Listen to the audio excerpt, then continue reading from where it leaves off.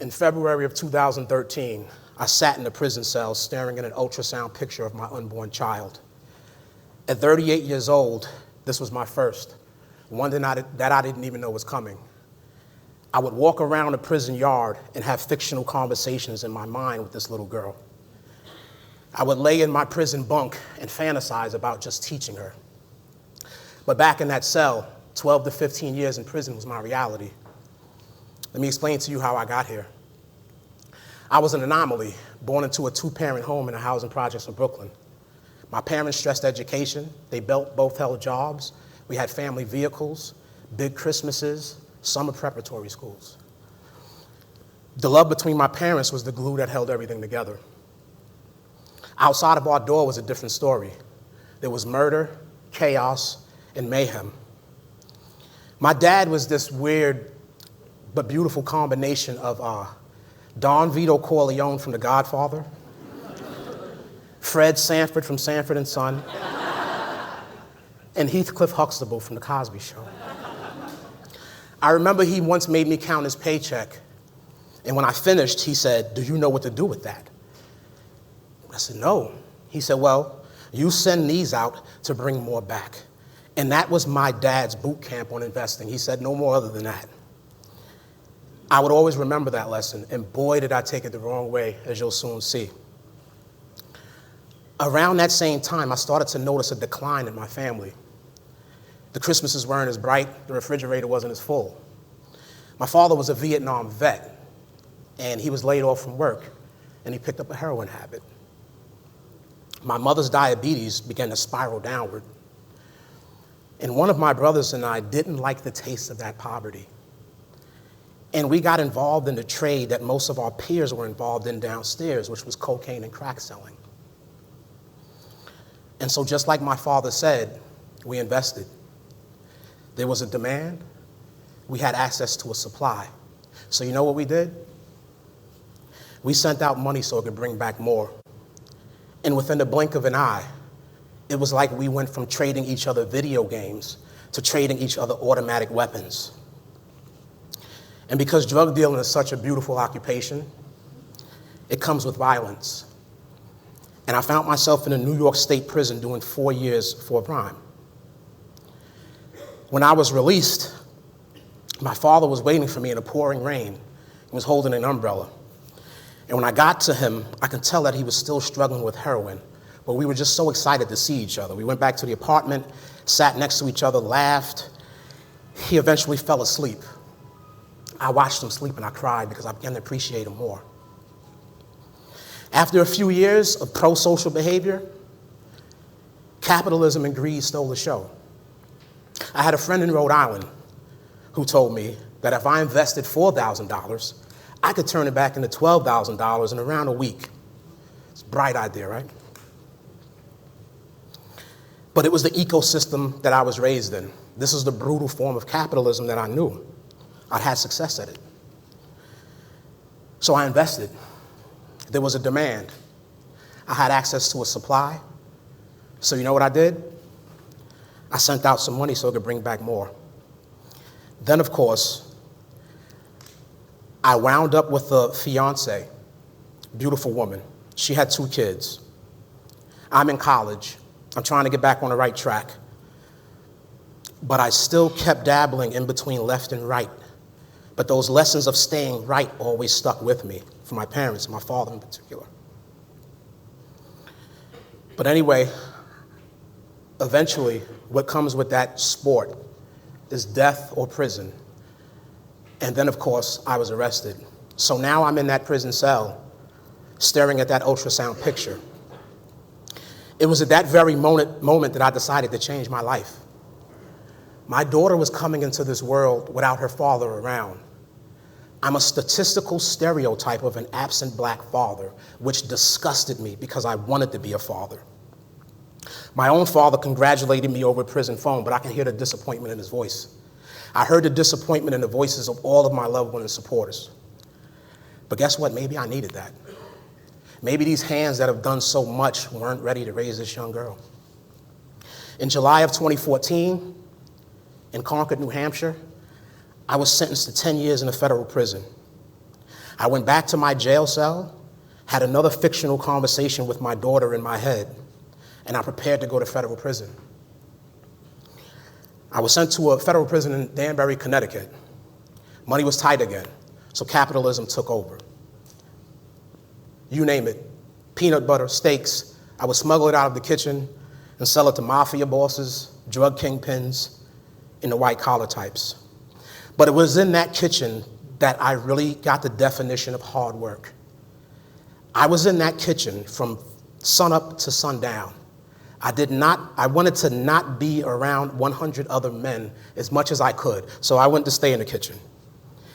I was surrounded by supportive staff. I took courses in culinary arts. I got certifications for cook apprenticeships and food service manager. I did everything I could to better myself because I had a bigger purpose now. And these were the words of my father and everyone that's like, hey, we got to get it together. Now, if anyone knows about visiting anyone in prison, the county is a glass. I have full contact visit now. It's visiting day. My daughter and her family comes up. I'm excited. She wanted nothing to do with me. She saw me playing with her brothers, and then I guess she finally figured out I was okay. She could barely walk. She made her way onto my lap. I held her close, kissed her head, and smiled with pride. She, in turn, took her milk bottle and shook it all over my prison uniform. It's payback. And I didn't wash that prison uniform until my friends around me said, hey, listen, it's starting to get a little loud up here. Speaking to my father was great. I would give him recipes. He would tell me about life, and you name it. Regardless of what he was going through, he was still an advice machine.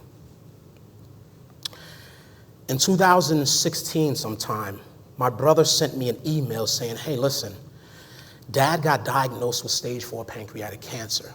The doctor gave him 10 months to live. I was crushed because at this point, I still had 3 years left before I was released, meaning that I would be in prison as my father died. Soon after, our conversations became more meaningful because at some point he would start chemotherapy and he would have chemo brain, losing some of his mental acuity. In those dark times, I would look back to that ultrasound picture and the pictures of my little daughter as she grew, and I would imagine myself in these pictures with her. With my father's death looming, I wanted to make as many important moments with this little girl as I could. I just wanted that opportunity. Later on down the line, I called my brother. For some reason, I called him that day. And he said, listen, I'm in the hospital with Dad. The doctor said he may not make it through the night. I'm glad you called. For the next 5 minutes, I told my dad everything he meant to me. I thanked him for protecting me. I thanked him for being a prototype and a point of reference. I told him that my story wasn't over and that I would honor him as I moved on in life. As he was in obvious pain, we said our love for each other. We said goodbye. I went back to my jail cell, put a towel over my head, and I just wept and wept and wept. And again, I would call this little girl just to lift me. And in my mind, I would walk the prison yard with this girl at different ages, and I would give her every lesson that I knew on self-defense, my mac and cheese recipe, and I might have scared one of her boyfriends or two. And I had this weird dream it kept occurring. And if she was small, around 3 at this age, then there was a little boy that was her age too. But the little boy had facial hair. And I didn't get that. I'm like, they can't be together. In December of 2019, I walked out of prison with a new outlook on life. I got an apartment literally 10 feet from my daughter's apartment building. I executed my plans that involved writing and media. I was connected with authors, colleges, you name it. And through those connections, I wound up winning an award for journalism, columnist, and podcast host. Thank you.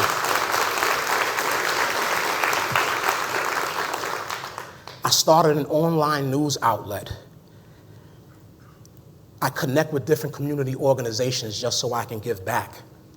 I covered a lot of ground over the last 4 years, but it feels like I haven't even started yet. My motivation is different because look, this time, my daughter was the demand. And I had access to a supply, all right, but it was a supply of talent and belief that I had in myself. It was a supply of supporters, some who are in this room, and it would take another TED Talk to name.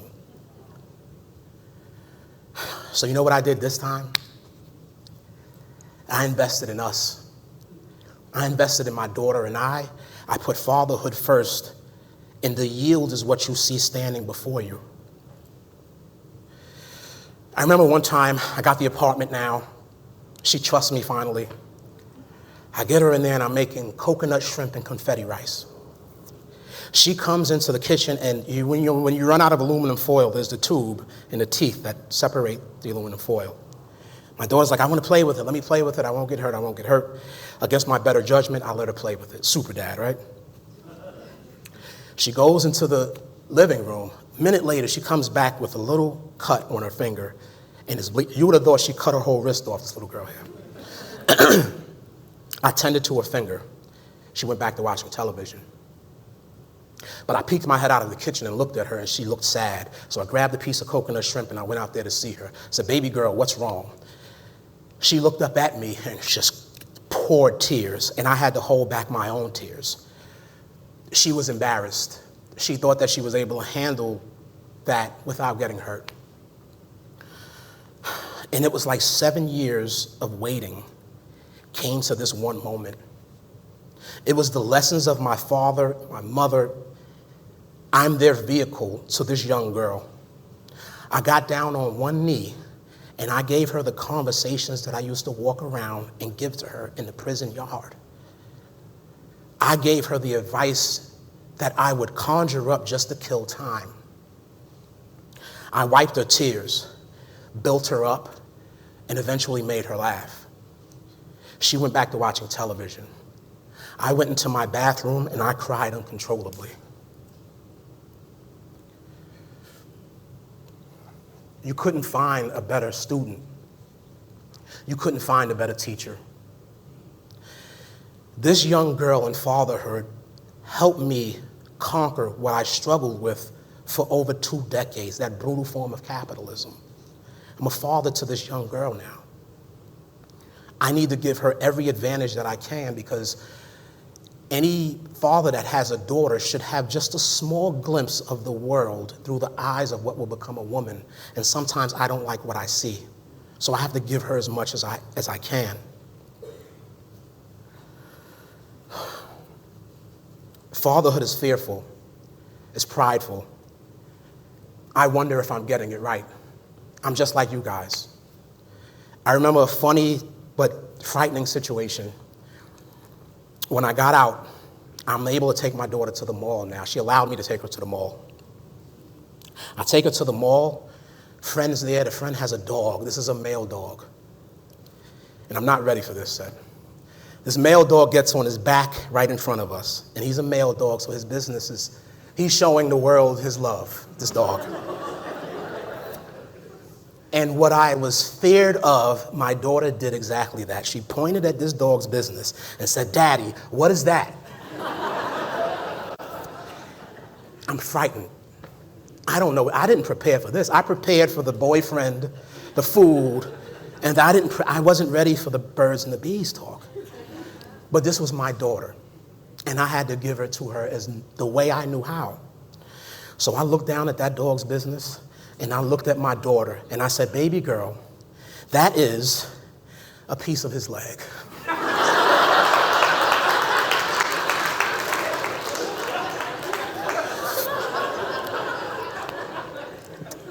Four years later, it's still a piece of his leg. I don't care whatever. To summarize, The lessons that a father taught his son illuminated in the darkest of times. In your travels, you may meet fathers who are struggling. Be supportive, because fatherhood is powerful. Imperfection doesn't negate importance. And to the parents here who may not think that their children are listening, they're listening. Maybe one day your lessons will manifest a little bit later in their life. Maybe it'll click with them at the right moment. They get things together, do a complete 180 and change their lives, and then wind up on stage giving a TED Talk. Could you imagine that?